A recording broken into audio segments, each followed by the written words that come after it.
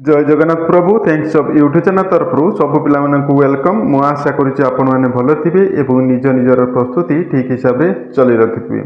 देखु आपण ओडिशा आदर्श विद्यालय जदि जॉब करने चाहूँगी इच्छुक अच्छा तेबे एबे आपण गोटे निजुक्ति प्रक्रिया आसी जहाँकि आपण कौन सीटी किंबा बीडी आवश्यकता ना केवल नॉर्मल आपनकर +2 किंबा ग्रेजुएशन जदि करिसेंती तेबे आपण माने एलिजिबल होउछंती ए फॉर्म टी पकिया पाई। डिटेल्स भाव रे एथे आपण मानको जणीबी आपनको क्वालिफिकेशन कोन रहउची एवं सिलेक्शन प्रोसेस कोन रहउची एवं अप्लाई डेट केबे रहउची एवं सैलरी कोन रहउची एवं जॉब लोकेशन मध्य केउठारे रहइबो समस्त डिटेल्स एही वीडियो मात्र संपूर्ण तथ्य देबी। जदि प्रथम थर पई हम थैंक्स ऑफ यूट्यूब चैनल देखुचंती तेबे सब्सक्राइब कर रखिबे एवं ता पाखे थिबा ऑल बेल आइकन टी दबी रखिबे कारण आमे अपलोड करतुवा समस्त जॉब रिलेटेड वीडियो गुडी को आपण माने सर्वप्रथम देखिया पई पाइबे।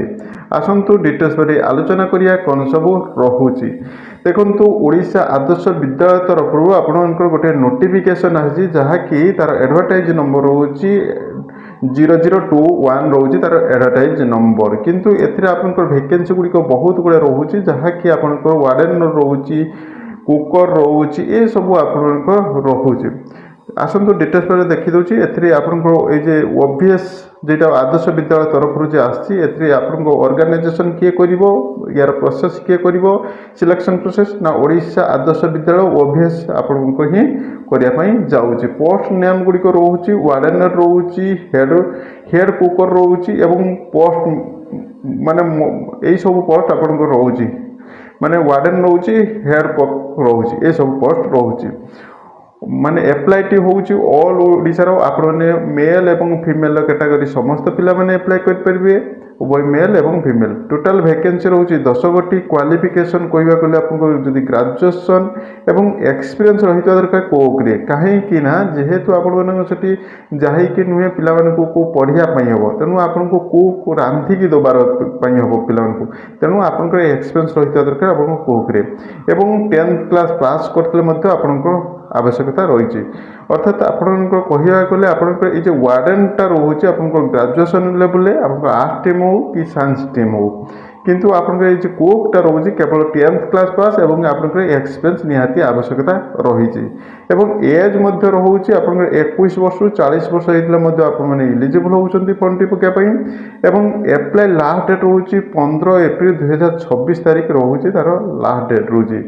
एप्लिकेशन फी रोचे कौन सी एप्लिकेशन फी आपको आवश्यकता ना एवं आपन सिलेक्शन प्रोसेसटा रोचे इंटू मार्फत आप selection T Piper. Job type रोचे कॉन्ट्रैक्चुअल बेसिस रोचे ऑफिशियल वेबसाइट रोचे यहाँ ऑफिशियल वेबसाइट रोचे तापर आपको देखी दूसरी तार official website official zeta notification आसला आपनकर देखंतु 20/3/2026 तारीख रे आपनकर नोटिफिकेशन टी आसला एवं विज्ञापित नंबर टी मध्य रही जो कि वार्डन रोचे टोटाल रोचे 2 गोटी पोस्ट होची पुरुष पाई गोटे महिला पाई गोटे मुख्य रोषिया पाई गोटे एवं आपनकर पुरुष पाई मध्य गोटे सरकारी रसिया होची पुरुष 2टी एवं महिला मध्य 2टी एवं चौकीदार जेटा वार्डन कहते से पुरुष गोटे एवं महिला भी गोटे मध्य एथिरे आपनको वार्डन रो 21,175 टंका रोचे सैलरी मुख्य रोषियार सैलरी रोचे 9,000 एवं रसियार जेटा रोचे ताको जे ताको माने समस्त हेल्प करिवो हेल्पर कहबा गले 6,750 टंका रोचे सैलरी एवं चौकीदार जेटा कहते वार्डन रो तळको रोचे 7,550 टंका रोचे सैलरी। एज मध्य कहबा गले समस्त रोचे आपन 30 रु 60 वर्ष एवं आपन रोषियार हेल्पर एवं आपन चौकीदार जेटा रोचे से 21 रु 32 वर्ष रोचे यही सब रोचे एवं आपण मानकर एटा रोचे एप्लिकेशन फॉर्म टी। एप्लिकेशन फॉर्म टी मध्य केमिति पाइबे ता मध्य म आपन को डिटेल्स बारे कहिदेबी देखंतु तापर म आपन को कहिदेबी आपन केमिति पाइबे।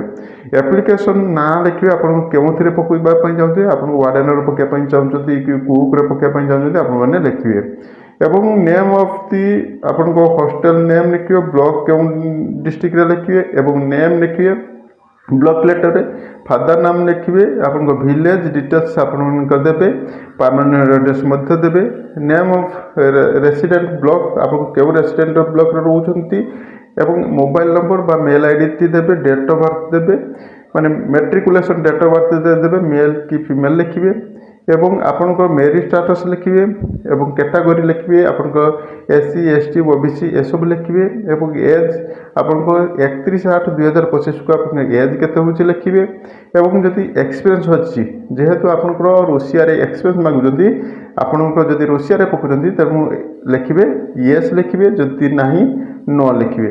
ତା ସହିତ ଆପଣଙ୍କ ଏଠି ରହିଲା ଏକ୍ଜାମିନେସନ୍ ଗୁଡ଼ିକ ନାଁ ଲେଖିବେ, ଆପଣଙ୍କ ମେଟ୍ରିକ୍ କେବେ ପାସ୍ କରିଛନ୍ତି, +2 କେବେ ପାସ୍ କରିଛନ୍ତି, ଗ୍ରାଜୁଏସନ୍ କେବେ ପାସ୍ କରିଛନ୍ତି, ବୋର୍ଡ଼ ନାଁ ଲେଖିବେ, year in passing, division, full mark କେତେ ଥିଲା, ଆପଣଙ୍କର ସିକ୍ୟୁର ମାର୍କ କେତେ ଥିଲା, ଆପଣଙ୍କ ଧରାଯାଉ ଫୁଲ୍ ମାର୍କ ହେଉଛି 600, ରଖିଛନ୍ତି 350, ତାପରେ ଏଠି ପରସେଣ୍ଟେଜ୍ କାଢ଼ିକି ଲେଖିବେ, ବୁଝିପାରିଲେ।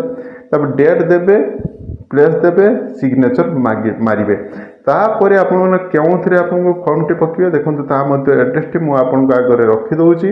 ଏଇଟା ରହୁଛି ତା'ର ଆଡ୍ରେସଟି ରହୁଛି, ଦେଖନ୍ତୁ ଏଇ ଆଡ୍ରେସରେ ଆପଣମାନେ ଫର୍ମଟି ପକାଇବେ ଏବଂ ଆପଣମାନେ ରେଜିଷ୍ଟ୍ରି ପୋଷ୍ଟ କରିପାରିବେ କିମ୍ବା ଆପଣଙ୍କ ନର୍ମାଲ୍ ପୋଷ୍ଟ ମଧ୍ୟ କରିପାରିବେ, ସେମିତି କିଛି ନାହିଁ। ଆପଣମାନେ ଏଇଟା ଆଡ୍ରେସ ରହୁଛି, ଏଇ ଆଡ୍ରେସରେ ଆପଣମାନେ ପକାଇ ପାରିବେ ବା ମଧ୍ୟ ଆଉ ଥରେ ମଧ୍ୟ ଦେଖାଉଛି, ଏଇଟା ରହୁଛି ତା'ର ଓଡ଼ିଶା ଆଦର୍ଶ ବିଦ୍ୟାଳୟ କଙ୍କଡ଼ା ଓ ଭୁବନ ନିଯୁକ୍ତି ସୂଚନା ତରଫରୁ ଆସିଛି।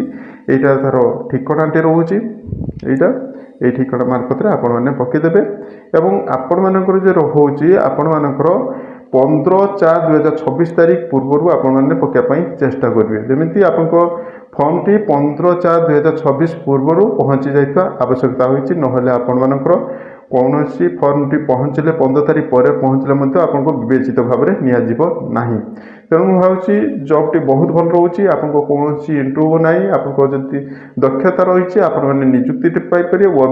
OBS ଆପଣଙ୍କର ଯେ କେନ୍ଦ୍ର ସରକାର ତରଫରୁ ଯେ ରହୁଛି ବହୁତ ଭଲ ଜବ୍ଟି ରହୁଛି, ଆପଣଙ୍କ କଣ୍ଟ୍ରାକ୍ଚୁଆଲ୍ ଅଛି, ହୁଏତ ଭବିଷ୍ୟତରେ ବି ମଧ୍ୟ ସେଇଟା ରେଗୁଲାର ମଧ୍ୟ ହେଇଯିବ। ଆପଣମାନେ ମଧ୍ୟ ଜାଣିଥିବେ ଯେମିତିକି 6 ବର୍ଷ ପରେ ରେଗୁଲାର ହେଉଥିଲେ ମଧ୍ୟ ସେଠି 1 ବର୍ଷ କରିସାରିଲା ପରେ ମଧ୍ୟ ବର୍ତ୍ତମାନ ରେଗୁଲାର ଗଭର୍ଣ୍ଣମେଣ୍ଟ କରିଦେଇଛି, ସେମିତି ଆପଣଙ୍କର ମଧ୍ୟ ହୁଏତ ବି କିଛି ଦିନ ପରେ ଆପଣଙ୍କର ରେଗୁଲାର ମଧ୍ୟ ହେଇଯାଇପାରେ। ତେଣୁ ଜବ୍ କୌଣସି ଛୋଟ ବଡ଼ କିଛି ନାହିଁ, ତେଣୁ ଆପଣମାନେ ଯଦି ଚାହୁଁଛନ୍ତି ତେଣୁ ଆପଣମାନେ ପକାଇଦେବେ। ୟାର PDFଟି ମଧ୍ୟ ମୁଁ ଆପଣଙ୍କୁ ଦେଇଦେବି, ଡେସ୍କ୍ରିପସନ୍ରେ ଟେଲିଗ୍ରାମ ଲିଙ୍କ୍ ଅଛି, ସେଥିରେ ଜଏନ୍ ହେଇଯିବେ। ସେଥିରେ ଜଏନ୍ ହେଇଗଲେ ୟାର PDFଟି ଦେଇଦେବି, PDFଟି ଦେଇଦେଲେ ଆପଣମାନେ ସମସ୍ତ ଡିଟେଲ୍ସ ପଢ଼ିକି ମଧ୍ୟ ଆପଣମାନେ ଜାଣିପାରିବେ ଏବଂ ଯଦି କୌଣସି ଡାଉଟ୍ ଥାଏ ତେବେ ମୋତେ କମେଣ୍ଟ କରିବେ, ମୁଁ ଆପଣଙ୍କୁ କମେଣ୍ଟର ଉତ୍ତର ଦେବା ପାଇଁ ଚେଷ୍ଟା କରିବି ଏବଂ ୟାର PDFଟି କାଢ଼ିକି ଆପଣମାନେ ସେଇ ଆଡ୍ରେସରେ, ଏଇ ଯେ ଆଡ୍ରେସଟି ମଧ୍ୟ ଦେଲି ସେଇ ଆଡ୍ରେସରେ ଆପଣମାନେ ଫର୍ମଟି ପକାଇଦେବେ।